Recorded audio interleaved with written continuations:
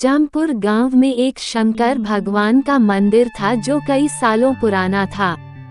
जब कभी भी गांव पर कोई परेशानी आती उस मंदिर से एक रोशनी चारों तरफ फैल जाती और रोशनी इतनी तेज होती कि कोई भी उस रोशनी के सामने टिक नहीं पाता था।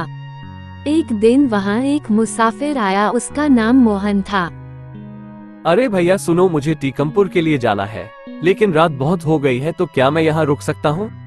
आप जाकर एक बार सरपंच साहब से मिल लीजिए, वही आपको यहाँ रुकने की आज्ञा दे सकते हैं। मोहन वहाँ से सरपंच के पास निकल जाता है और सरपंच के पास जाकर कहता है, सरपंच साहब, मुझे कल सुबह तक के लिए यहाँ रुकना है।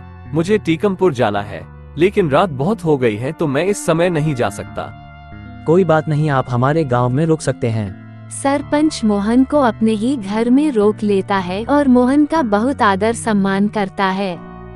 लेकिन रात को मोहन सोता नहीं है, मंदिर की तरफ जाता है और सरपंच उसे मंदिर की तरफ जाते हुए देख लेता है।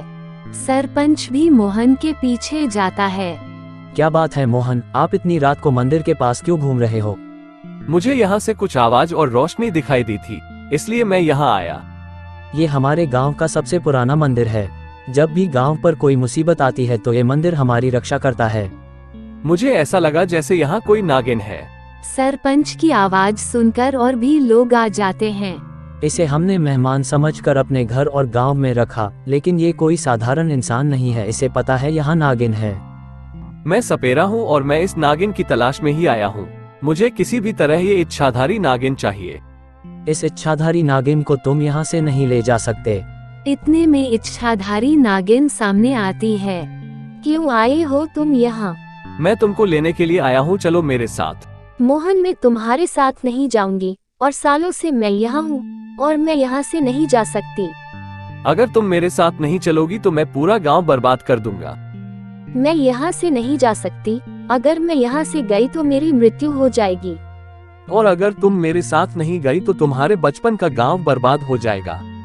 उस पर संकट है। वहाँ एक अघोरी ने अपना डेरा डाल लिया है और वो लोगों को बहुत परेशान करता है।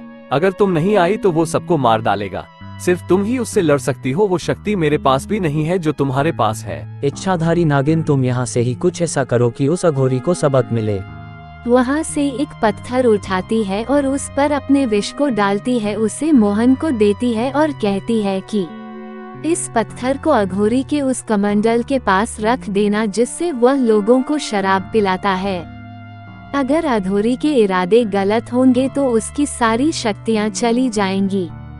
मोहन वो पत्थर लेकर चला जाता है और जैसा इच्छाधारी नागिन ने बोला होता है वैसा ही करता है। अघोरी, तुम लोगों को शराब पिलाना बंद करो, इससे गांव के लोगों की मौत हो रही है। तुम कौन होते हो मेरे बीच में बोलने वाले? मैं ऐसा ही करता रहूंगा। ये मुझे क्या हो रहा है? कोई मुझे बचाओ, मेरी शक्तियां खत्म हो रही है। मैं कुछ भी नहीं कर पा रहा हूँ। और अघोरी को लकवा हो जाता है और उसका शरीर नीला पड़ने लगता है। वह जमीन पर गिर जाता है। इतने में नागिन की छाया सबको दिखाई देती है। ये तुम्हारे कर्मों का फल है। मोहन ने तुमको पहले ही समझाया था।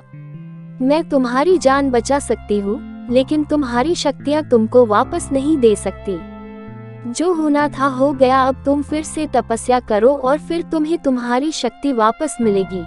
अघोरी को ऐसा सुनकर अपनी गलती का एहसास होता है। वो सबसे माफी मांगता है और इच्छाधारी नागिन से भी माफी मांगता है। ऐसे इच्छाधारी नागिन 2 गांव की रक्षा करती है और तपस्या करने लगता है।